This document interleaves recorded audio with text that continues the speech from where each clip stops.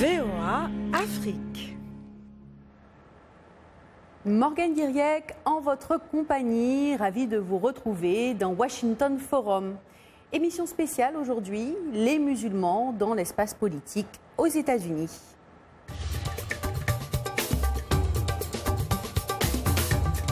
Washington Forum.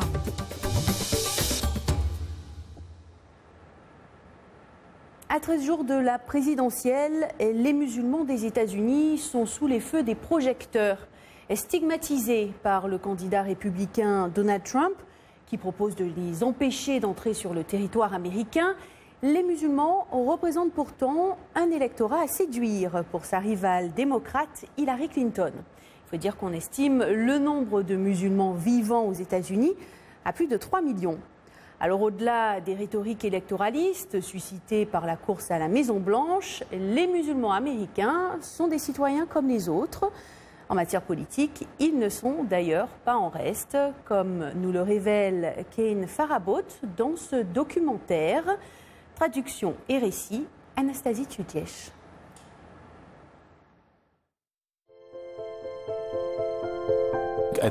Je pense que la foi n'a absolument rien à voir avec le travail, pas plus que la nationalité. Pas sûr que les gens le voient comme une urgence. Je sens que nous vivons une crise de démocratie.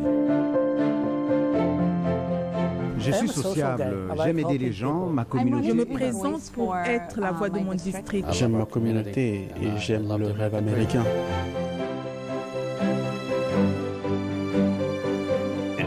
C'est formidable que quelqu'un venu d'un autre pays qui n'a appris l'anglais qu'à 14 ans me représente.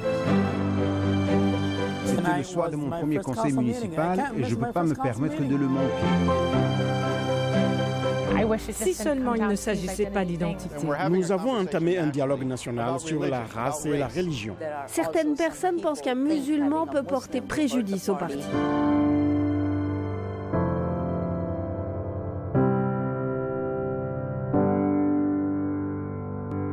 Il y a de nombreuses communautés dans ce pays où les musulmans sont plus d'1%. Michigan, Virginie, Minnesota, Californie, New York. Il y a beaucoup d'endroits dans ces pays où le vote musulman est crucial. 2 musulmans sont membres de la Chambre des représentants, Keith Ellison du Minnesota et Andre Carson de l'Indiana. Tous deux sont des convertis nés américains. Aucun musulman américain immigré n'a exercé de mandat politique national aux États-Unis, même si certains sont membres d'administration municipale. Pourtant, l'islam est l'une des religions à plus forte croissance dans le monde. Le Congrès américain actuel compte seulement 6% d'immigrés, c'est-à-dire 6 membres, ce qui est le taux le plus bas de l'histoire de notre pays, malgré l'accroissement du flux migratoire sur le territoire américain. En cette année électorale, un certain nombre d'Américains musulmans travaillent à inverser la tendance en briguant des postes tant au niveau municipal que national.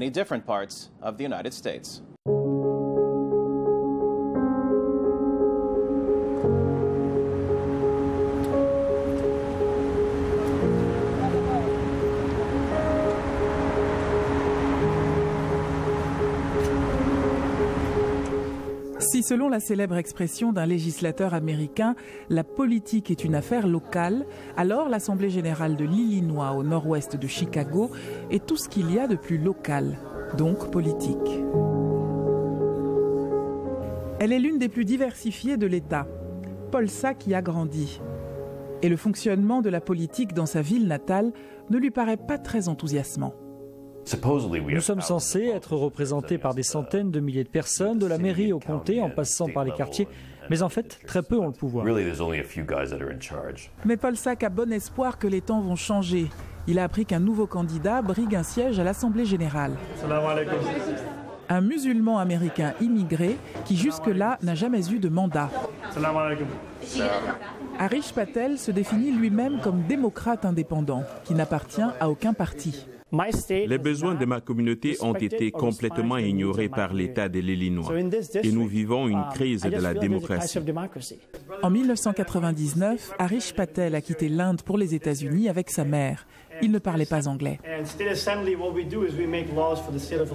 Mais grâce au programme de sa mairie, il a pu apprendre la langue et décrocher un diplôme universitaire. et il en est très reconnaissant. Tout ça, c'est grâce à l'investissement de la communauté. Aujourd'hui, c'est à moi de faire en sorte que ces programmes continuent pour que les nouveaux arrivants, comme les habitants du quartier, y aient aussi accès. S'il gagne les élections primaires, Harish Patel sait qu'il a toutes les chances de gagner les élections générales en novembre, puisqu'il n'a pas de rival républicain face à lui. Ce qui signifie qu'il pourrait devenir le premier musulman américain immigré de l'histoire élu à l'Assemblée générale. C'est pourquoi Paul Sack a décidé de faire plus que l'élire, il a rejoint son équipe de campagne. C'est formidable que quelqu'un venu d'un autre pays qui n'a appris l'anglais qu'à 14 ans me représente.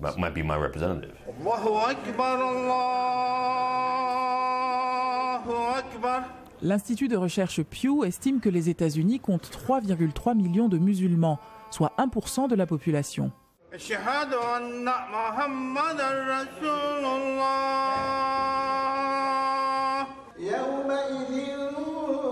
Ce chiffre devrait doubler d'ici le milieu du siècle, mais il reste relativement modeste, juste devant les bouddhistes et les hindous.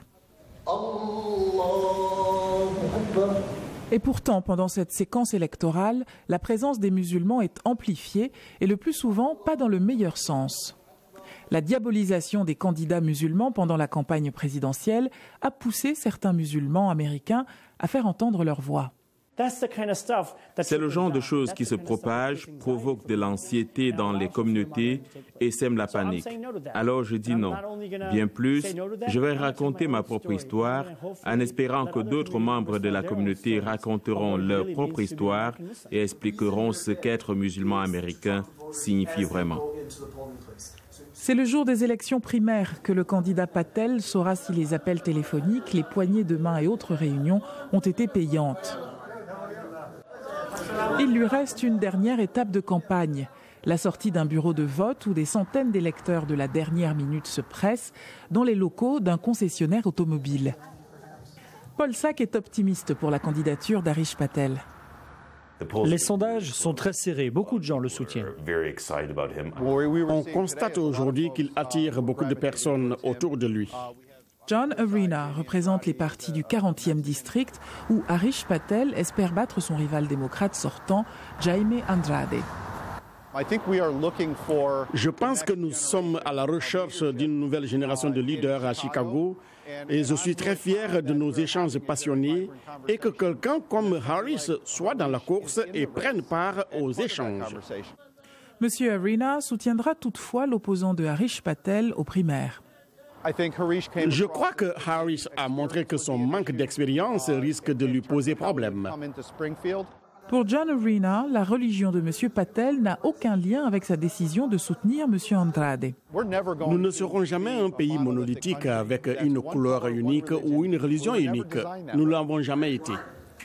Un groupe de supporters de Harish Patel attend le résultat des élections qui ont enregistré un nombre record de participants. Mais les chiffres n'ont pas été à la hauteur des attentes du candidat et de son équipe de campagne dévouée. Harish a appelé Jaime, il a reconnu sa défaite. Harish Patel a perdu face au candidat sortant avec un écart de 20 points. Merci beaucoup. Harish Patel ne deviendra donc pas le premier musulman américain immigré élu de l'État de l'Illinois. Je suis très ému. Mais il a promis à ses supporters que ces élections perdues marquaient non pas la fin, mais le début de sa quête de changement dans la politique locale. Aujourd'hui, le monde, l'État, la nation ont besoin de plus de folie idéaliste.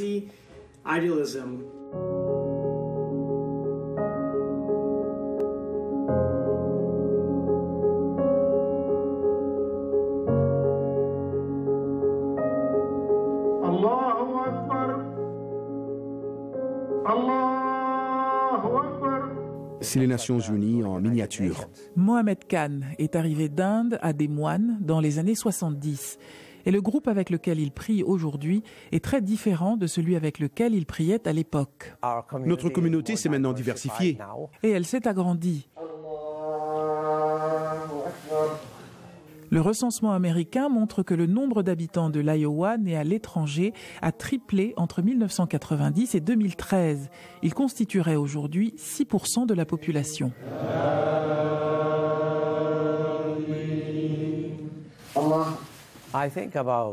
Ici, probablement près de 95% sont des immigrants. Soit ce sont des réfugiés, soit des immigrants. Selon M. Khan, les 3/4 de ceux qui fréquentent sa mosquée, l'une des 6 plus grandes de la région, sont des citoyens en mesure de voter. Mais il ajoute que les inciter à le faire est un défi. C'est très compliqué de pousser les gens à s'inscrire ou même voter. Beaucoup viennent de pays déchirés par la guerre où ils ont payé le prix fort pour avoir soutenu tel ou tel autre candidat. Du coup, ça leur fait très peur. Tahir Ali de l'Alliance musulmane américaine dit que c'est même là la première raison pour laquelle de nombreux musulmans américains immigrés qui peuvent voter boudent les urnes au moment des élections. Le processus électoral dans certains pays d'origine est parfois corrompu ou truqué. Beaucoup d'immigrés sont encore en train de prendre leur marque. Ils essayent de s'occuper de leur famille, d'élever leurs enfants. Sarwat Hussein est la présidente et fondatrice de la branche de San Antonio, au Texas, du Conseil des relations islamiques américaines. Elle est aussi cofondatrice du caucus musulman américain démocrate, un groupe politique local.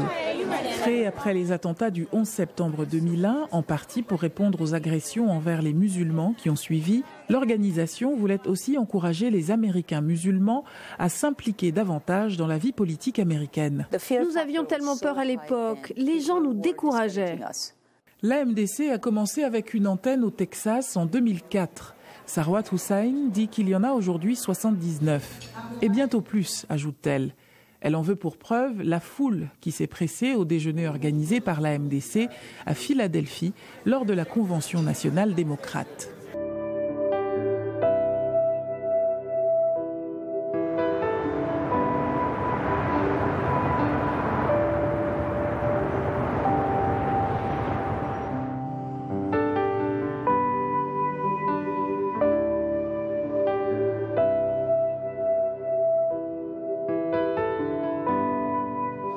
En route vers son bureau de vote au lycée de Greenspan, Greg Leduc n'arrive pas à se décider.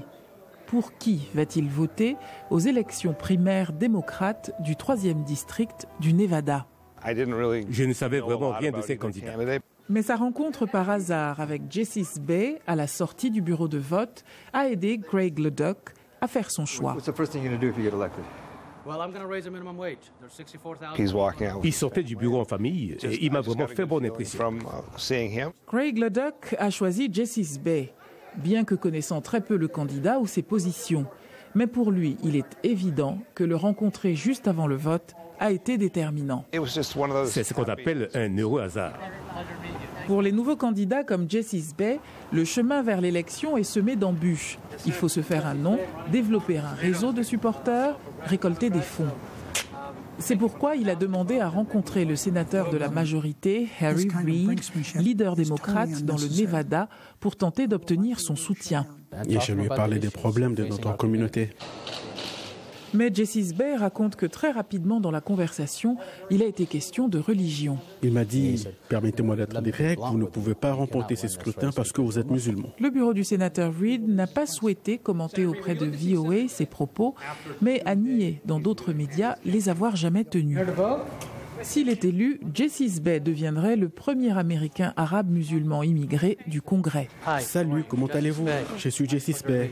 À l'âge de 11 ans, il est arrivé de Jordanie avec ses parents. Et à mon arrivée, je ne parlais pas anglais. J'avais toujours un dictionnaire avec moi pour communiquer avec mes camarades, mes professeurs et tout le monde. Rapidement, l'élève Sbahi a assimilé la langue, puis il est devenu citoyen américain. Il a alors gravi les échelons sociaux, de l'école de droit à la Cour suprême du Nevada, où il a été assistant, avant d'ouvrir son propre cabinet juridique à Henderson, en banlieue de Las Vegas. Il y exerce aujourd'hui en tant qu'avocat spécialiste des dommages corporels. Et j'ai l'impression que ces opportunités qui m'ont fait réussir et réaliser le rêve américain échappent à beaucoup d'autres Américains. Jessis Bay dit que c'est lors de sa rencontre avec le sénateur Reid qu'il s'est pour la première fois senti stigmatisé à cause de sa religion. Il l'a raconté au début de l'année. Ce qui s'est passé pendant ces rencontres devait être raconté. Les électeurs doivent savoir. Disons que je pense que la religion a certainement influencé Harry Reid dans la décision de le soutenir ou pas.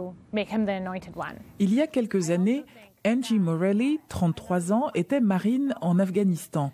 À cette époque, elle n'aurait certainement jamais imaginé devenir la directrice de campagne d'un candidat démocrate tel que Jessie Bay.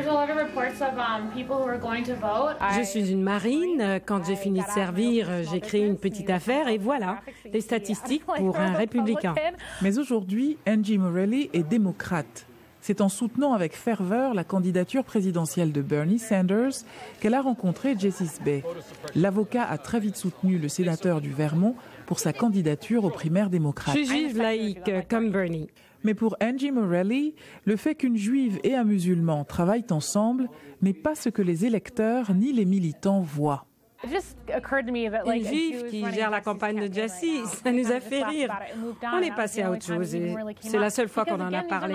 Ce n'est pas important. Notre plateforme électorale, c'est ça qui est important. Par exemple, comment répondre efficacement à la menace terroriste internationale inspirée par le groupe État islamique.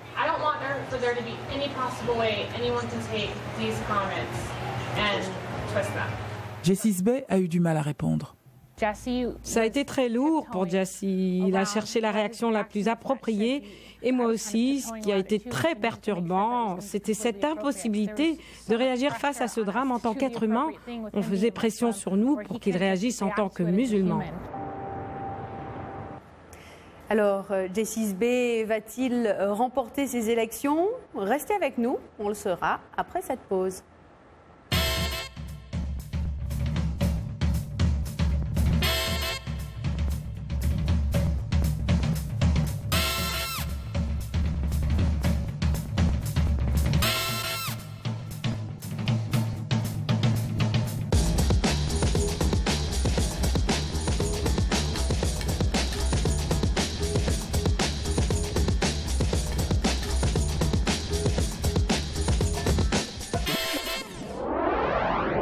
Mais le jour de l'élection, ni la religion de Jessie Bay, ni sa réaction aux attaques terroristes n'ont fait changer Greg Leduc d'avis. Maintenant, je souhaite vraiment qu'il gagne. D'après le décompte des voix, peu d'électeurs partageaient l'optimisme de Greg.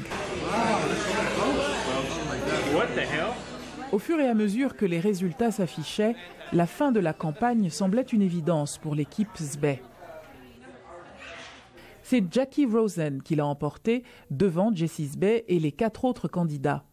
Homme d'affaires juif américain, Jackie Rosen se présentait pour la première fois.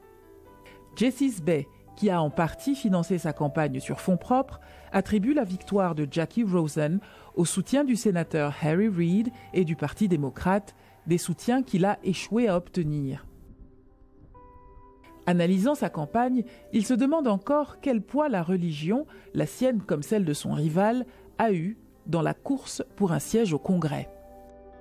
Je pense qu'il serait très difficile de trouver des gens qui admettent qu'ils n'ont pas voté pour moi ou pour un autre pour des motifs religieux ou ethniques. Et si c'est le cas, ce serait vraiment malheureux. J'espère que ce n'est pas cette Amérique que nous sommes. J'aurais aimé qu'on parle des vrais problèmes que de parler du fait que Jessie soit musulman et Jackie juif.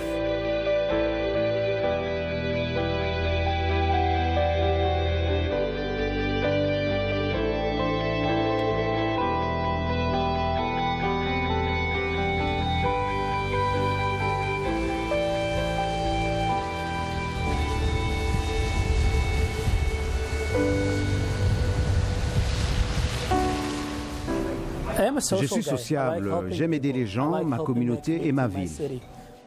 Le jour où il est devenu citoyen américain a été l'un des plus grands moments de la vie de Saad Al-Masmari. Le soir où il a récolté le plus de votes lors de la course au conseil municipal de Hamtramck aussi. En novembre 2015, Saad Al-Masmari était l'un des 3 candidats musulmans américains en lice. Tous 3 ont remporté des suffrages dans une ville qui compte l'une des plus nombreuses populations de citoyens nés à l'étranger de l'État du Michigan. Hamtramck est la ville qui compte le plus de musulmans. Cette ville a une particularité. Les membres de son conseil municipal sont majoritairement musulmans. Osama Siblani est le directeur de publication des Nouvelles Arabes américaines.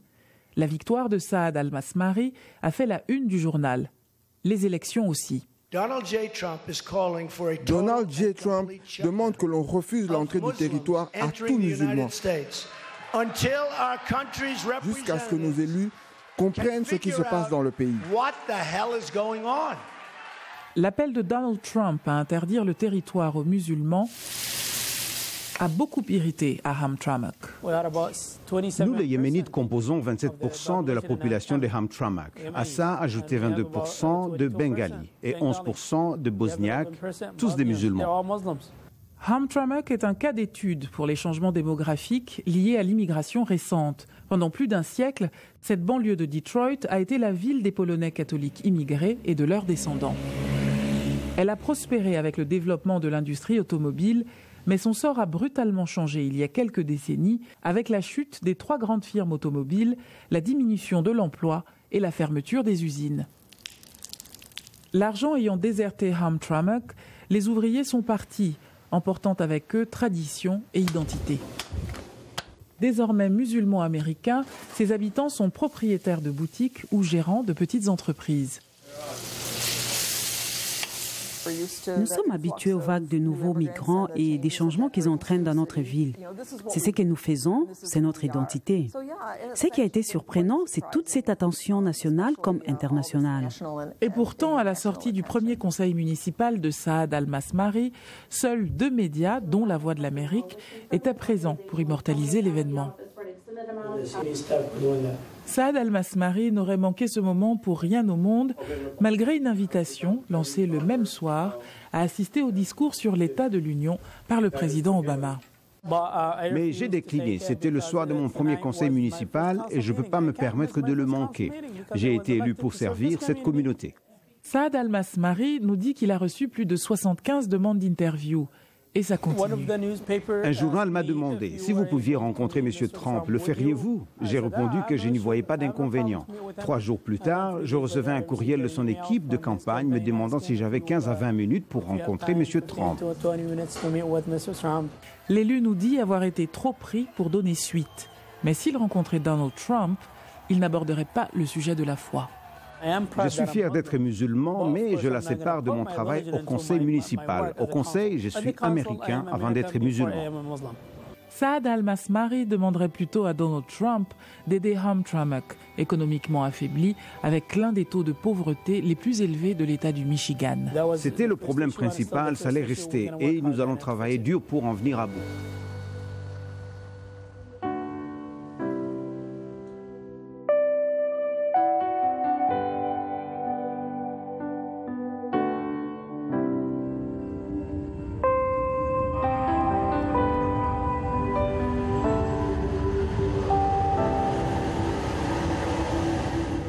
L'ancien vice-président et ambassadeur américain Walter Mondale est du Minnesota.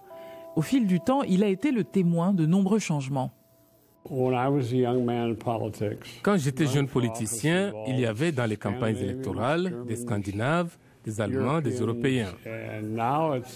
Maintenant, au centre-ville de Minneapolis ou de Saint-Paul, un énorme changement s'est opéré dans la composition ethnique de ces communautés. Aujourd'hui, 25 000 Américains d'origine somalienne sont installés dans le Minnesota. La plupart sont des réfugiés qui vivent à Minneapolis ou dans ses environs. Minneapolis, où se trouve le dynamique Little Mogadiscio. Pour Walter Mondale, cette nouvelle vague d'immigration a entraîné des changements notables dans le Minnesota. Des changements que l'État a été lent à prendre en compte. Les immigrés cherchent leur voie ici. Ils se font à notre société, à ses lois, à notre fonctionnement. Mais beaucoup n'ont pas d'expérience de démocratie. Ils ne savent pas comment ça marche, ou même si ça existe. Mais à Minneapolis, pour les Américains d'origine somalie, une femme sort du lot. Je porte le foulard et en tant que personne visiblement musulmane, je veux que les gens comprennent que mes identités comme ma place dans cette société, ne sont en rien une menace. Ilhan Omar, 32 ans, est née en Somalie et a été élevée dans un camp de réfugiés au Kenya. La jeune femme est sûre d'elle et ne s'excuse pas d'être. Ni d'être musulmane, noire, immigrée ou réfugiée. Autant d'éléments qui font d'elle la candidate la moins probable pour une campagne à la Chambre des représentants du Minnesota. Lawrence Jacobs, enseignant à l'Université du Minnesota. À première vue, Ilhan Omar n'avait rien pour elle.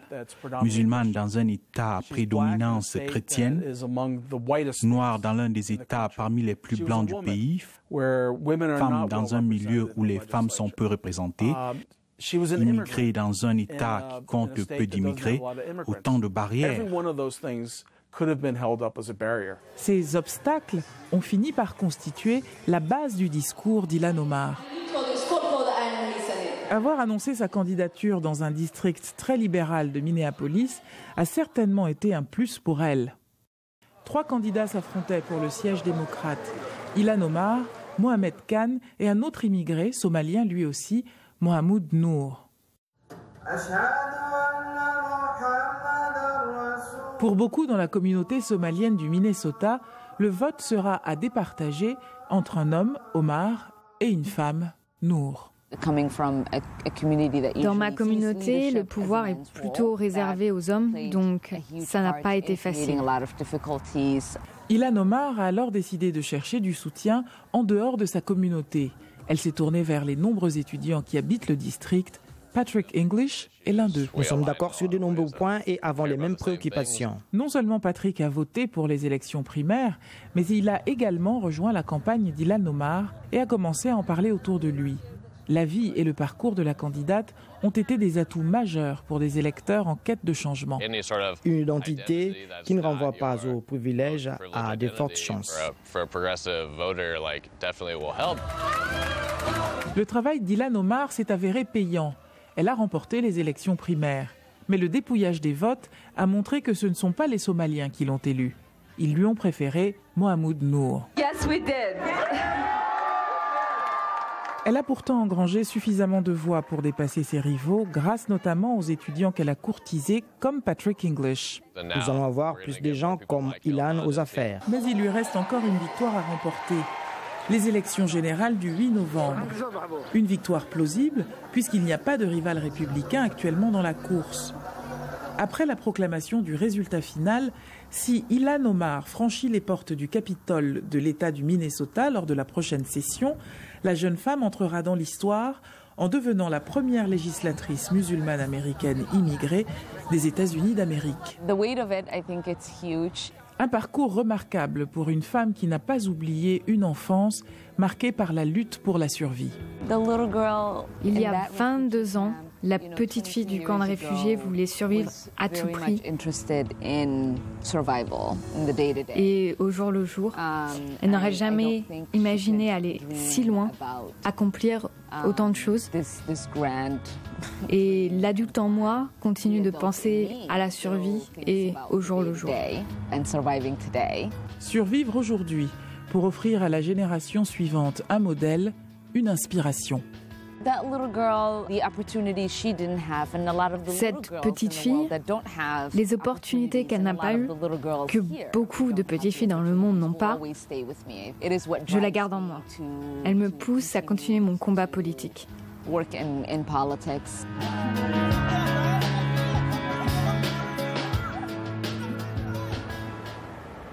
Washington Forum, c'est déjà la fin. Merci de nous avoir suivis dans cette émission spéciale sur les musulmans dans l'espace politique aux États-Unis. Pour ce qui est de la présidentielle du 8 novembre, je vous invite à suivre notre couverture en direct.